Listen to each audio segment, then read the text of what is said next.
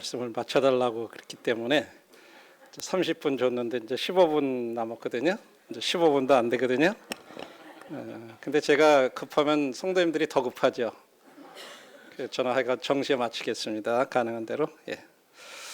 오늘이 성탄절이라 이제 보통은 이 절 날을 생각하는데 사실은 그 이유에 대해서 우리들이 더 중요하게 생각하는 것이 주님이 오신 날을 기념하는 것보다 주님이 왜 오셨나 하는 그 목적을 기억하는 것이 더 중요하다고 생각합니다. 그래서 오늘은 모임의 날이지만 이 성탄절과 이렇게 겹쳐서 다시 한번 저희들이 믿고 따라가는 이 주님이 세상에 오신 이유를 간단하게 좀 한번 생각해 보기 원합니다. 유명한 철학가인 소크라테스는 이런 얘기를 했어요. 검증되지 않는 삶은 살 가치가 없다. 이거를 우리 믿음과 견줘서 생각하면 검증되지 않은 믿음은 믿을 가치가 없다.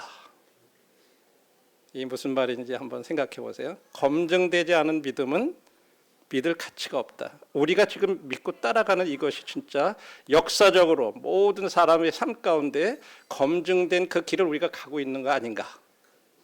그렇지 않다면 우리는 굉장히 불행한 사람이 될 거예요. 그렇죠? 하나님께서는 우리에게 이 명철, 지성이라는 것을 주셨는데 잠언에 보면 너는 내 명철을 의지하지 말라. 또 그렇게 얘기를 하셨어요. 왜 명철을 주셨는데 그걸 의지하지 말라고 그러셨을까?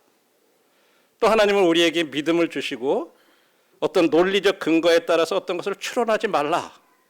그렇게 말씀하시는데 요한복음 20장 29절에 보면 너는 나를 본거로 믿느냐 보지 못하고 믿는 자들은 복되다. 따지고 뭐 하고 눈으로 보는 것 가지고 그렇게 믿는 게 아니라는 거죠.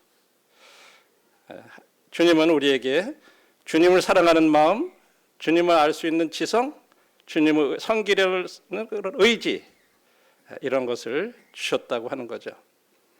이런 걸 생각하면서 한번 우리가 오늘 이 성탄절 맞이해서 주님이 오신 이유를 한번 생각해 볼 때 주님은 우리들이 어떤 네 지성 의지하지 말라니까 그냥 지성도 없애버리고 그렇게 하기 위해서 오신 게 아니라 우리의 이 지성을 새롭게 하시기 위해서 그리고 구속하시기 위해서 오셨다는 거죠. 그래서 오늘 이 모임의 날에 한번 우리 주님이 오신 이유를 다시 한번 기억해 보면 좋을 것 같습니다. 주님은 다음 네 가지 같은 이유로 이 세상에 오셨는데 첫 번째는 우리에게 진리를 알려주시기 위해서 오셨습니다.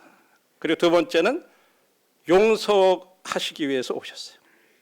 그리고 세 번째는 우리에게 평화를 주시려고 오셨습니다. 그리고 네 번째는 구주가 되시기 위해서 오셨습니다. 요한복음 8장 32절에 보면 진리를 알지니 진리가 너희를 자유케 하리라고 이렇게 말씀을 하셨어요. 그리고 갈라디아서 5장 1절에 보시면 그리스도께서 우리를 자유케 하시려고 자유를 주셨으니 그러므로 굳게 서서 굳건하게 서서 다시는 종의 멍에를 매지 말라. 우리가 자유케 하리라는 이 말 속에는 우리가 누구에게인가 종로서를 하고 있다고 하는 그것이 내포된 말이에요. 그렇다면 우리가 누구에게 종이 되어 있나?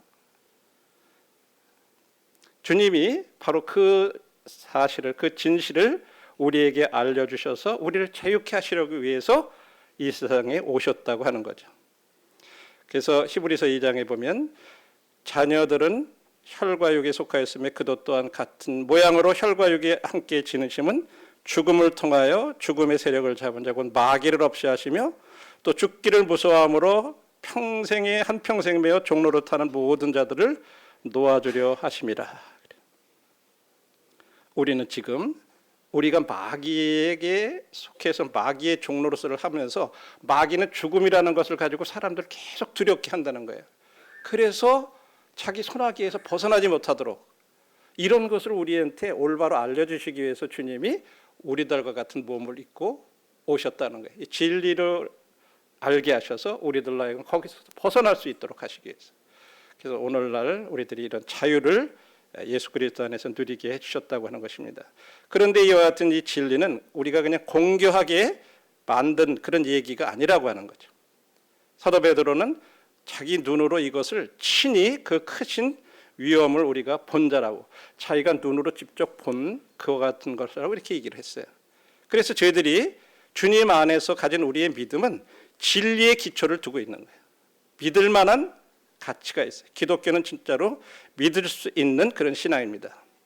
그다음에 두 번째로 주님은 우리들에게 용서하시기 위해서 오셨는데, 우리 기독교 신앙의 가장 큰 뉴스는 용서예요. 왜냐하면 원수를 주님이 사랑하셨기 때문에. 그래서 예수님이 용서의 가장 완벽한 모범이시고, 세상에 많은 종교가 있는데 그중에 빠진 게 하나가 뭐냐면 용서라고 하는 것이 빠져 있어요. 그래서 기독교는 굉장히 유일하고 위대한 그런 것입니다. 이 하나님과 관련해서 이 용서라는 이 단어는요, 우리들이 그냥 죄와 허물을 이렇게 용서하고 없애주는 것뿐만 아니라 그 용서의 대상을 완전히 새롭게 해서 의로운 상태로 만드는 것까지를 포함한 하나님의 거룩한 행동을 가리키는 말이다, 이렇게 얘기하고 있어요. 이게 용서에 있어서 다른 점이에요. 다른 기독교에서는, 다른 종교에서는 그런 것이 없어요. 용서의 대상을 새로운 의로운 상태까지 만들어주는 그런 하나님의 거룩한 행동이 포함됐다고 하는 거죠. 로마서 3장 25, 26절에 그렇게 말씀하셨어요.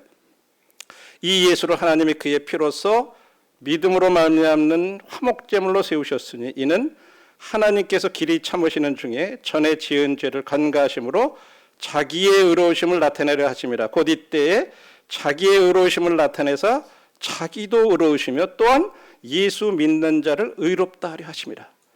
전에 지은 죄를 용서해 주실 뿐만 아니라 그 믿는 사람들을 의롭다 하는 데까지 이끌어 가시는 거예요. 이게 하나님의 용서의 다른 점. 그러기 위해서 오셨다고 하는 거죠. 그리고 하나님의 용서는 철저히 하나님의 주권적인 은혜와 사랑에서 말미암은 것입니다.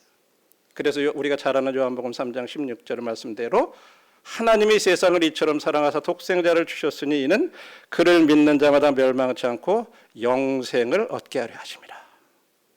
이 용서는 하나님의 절대 주권적인 은혜와 사랑에서 말미암은 거고, 그렇게 하실 수 있는 근거는 뭐냐? 용서해 줄 수 있는 근거는 바로 사랑하는 아들 예수님의 십자가의 대속 죽음으로 그렇게 됐다는 거죠. 우리가 오늘 아침에 읽었듯이 피 흘림이 없은즉 죄사함이 없다고 하는 히브리서 9장 22절의 말씀대로 죽어야만 죄가 용서될 수 있어요. 죄값이 지불돼야만. 그러기 위해서 하나님께서는 자기 아들을 십자가에서 대신 죽게 하셨다고 하는 거죠. 그래서 오직 값을 지불하신 그리스도 안에서만 우리의 죄를 용서받을 수 있습니다. 그 길을 위해서, 그렇게 하시기 위해서 예수님이 이 땅에 오셨다고 말씀하고 있습니다. 세 번째로 주님은 평화를 주시려 오고 있습니다. 우리 모든 사람들은 다 평화를 갈망하고, 우리가 평화가 없으면 우리 불안해. 우린 지금 이스라엘과 이 팔레스타인 간에 이루어지는 그 전쟁을 보면서 진짜 우리 마음 가운데 왜 이런 일들이 있을까, 마음이 어렵고 그랬죠. 그런데 예수님은 우리에게 새로운 생명, 새로운 세계관, 새 마음, 새 희망을 주시기 위해서 오셨어요. 그분은 우리의 짐을 없애주시고 이 마음의 짐, 두려움, 미움 이런 것을 사랑으로 바꾸기 위해서 이 세상에 오신 분이십니다. 그리고 이 평화는 하나님과의 화해, 화목을 근거로 하고, 그 화해는 예수 그리스도의 중보자적인 사역에 의해서 이루어진 것입니다. 디모데전서 2장 4절 5절에 보면 하나님은 모든 사람이 구원을 받으며 진리를 이르기를 원하시느니라. 하나님은 한 분이시요 또 하나님과 사람 사이의 중보자도 한 분이시니 곧 사람이신 그리스도 예수라. 예수님께서 하나님과 사람 사이의 중보자로서 우리를 화목하게 해주셔서 우리들과 하나님 사이를 화목하게 화평하게 해주시고, 그것을 아는 사람들 사이에 또 화목을 이루도록 이렇게 하시기 위해서 이 땅에 오셨다고 말씀하고 있습니다. 그리고 끝으로 주님은 세상에 구주가 되시기 위해서 오셨습니다.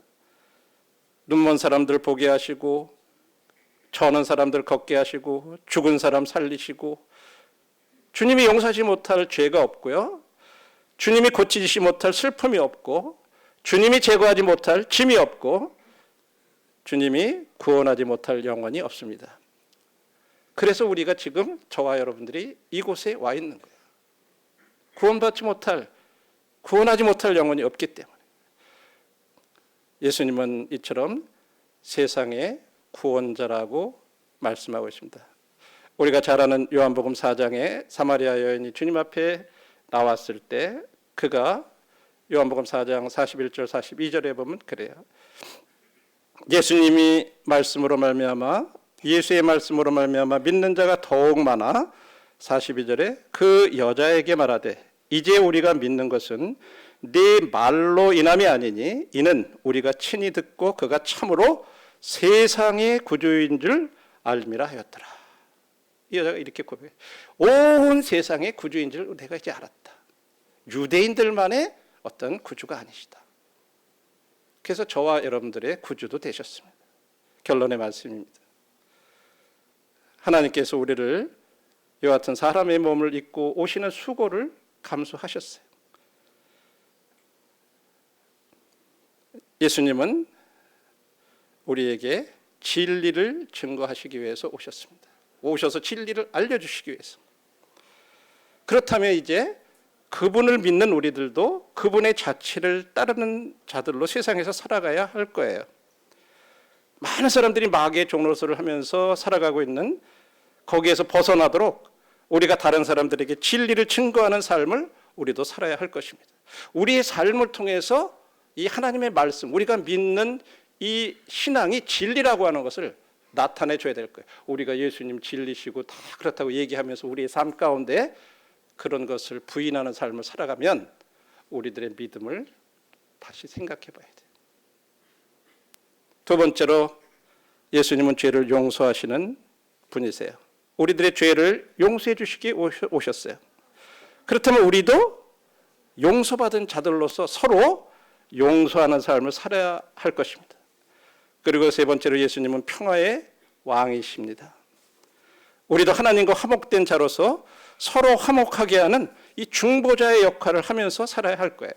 우리 주님이 하나님과 우리 사이를 화목하게 하는 그런 중보자의 역할을 한 것처럼 우리들도 성도와 성도, 세상과 성도들 사이에 하나님과 화목하게 하고 성도들끼리 화목하게 하는 어떤 그와 같은 삶을 저희도 살아가야 될 것입니다.